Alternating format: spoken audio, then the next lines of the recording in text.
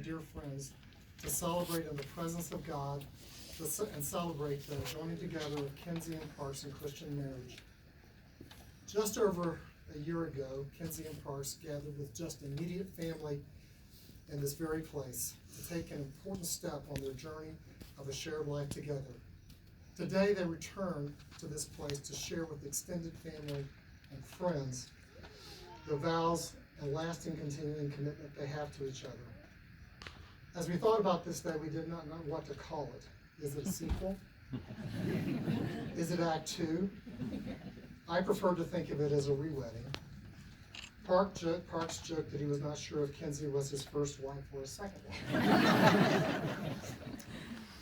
But the dialect of the Greek language in which the books of the New Testament was written has some unusual features. Sometimes English translations don't give the depth of meaning of Greek verb tenses. For you see, in the Greek New Testament, the present tense gives a sense of continuing action.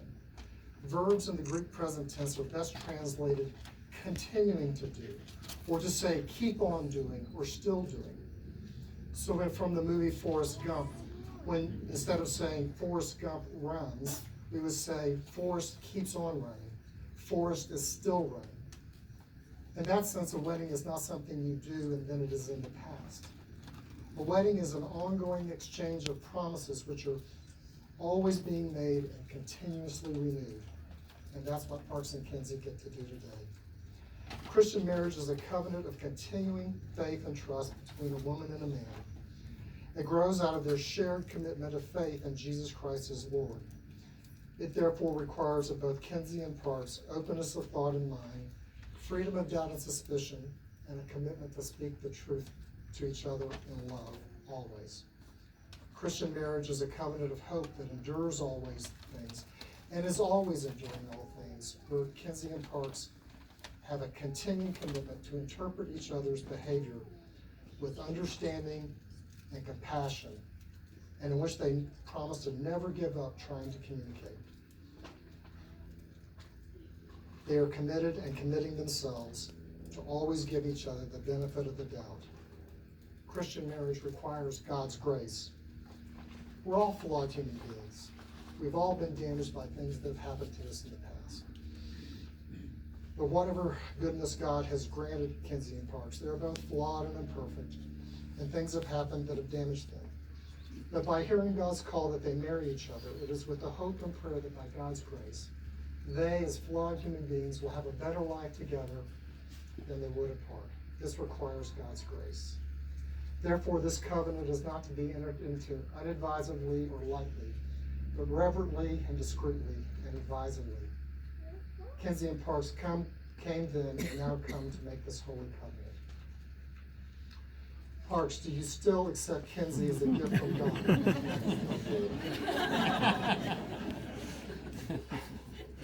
Do you continue to accept her strengths and weaknesses, recognizing that she is made in the image of God?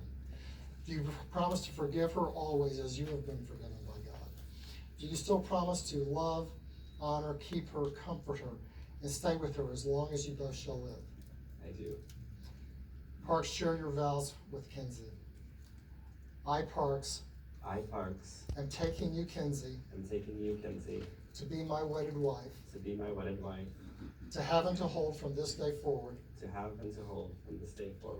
for better, for worse, for rich or for poor, in sickness and in health, to love and to understand, till death do us part.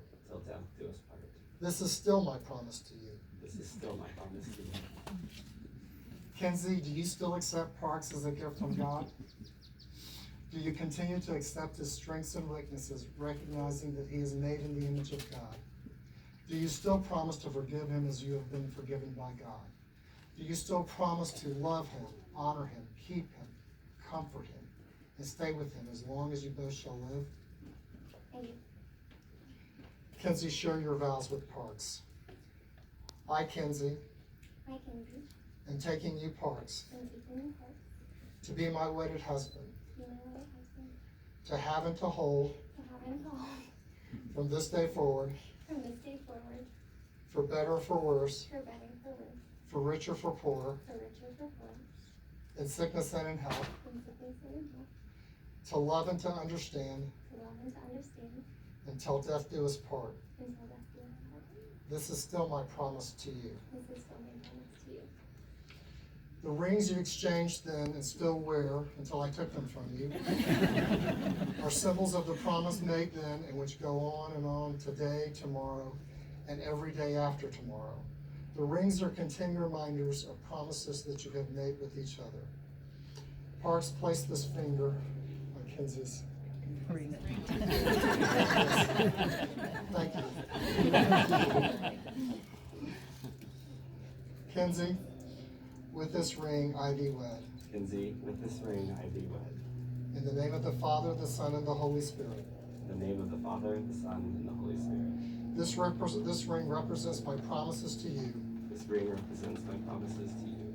When you see it, always remember how much I love you When you see it, always remember how much I love you, and how grateful I am to have you as my wife. and how grateful I am to have you as my wife. Kinsey? Parks, with this ring I thee wed. Parks, with this ring I do wed. In the name of the Father, the Son, and the Holy Spirit. In the name of the Father, the Son, and the Holy Spirit. This ring represents my promises to you. This ring represents my promises to you. When you see it, always remember how much I love you When you see it, always remember how much I love you, and how grateful I am to have you as my husband. and how grateful I am to have you as my husband.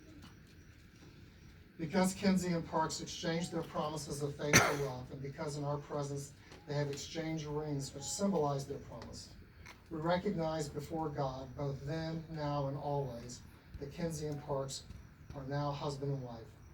In the name of the Father, the Son, and the Holy Spirit. Parks, you may now kiss your wife.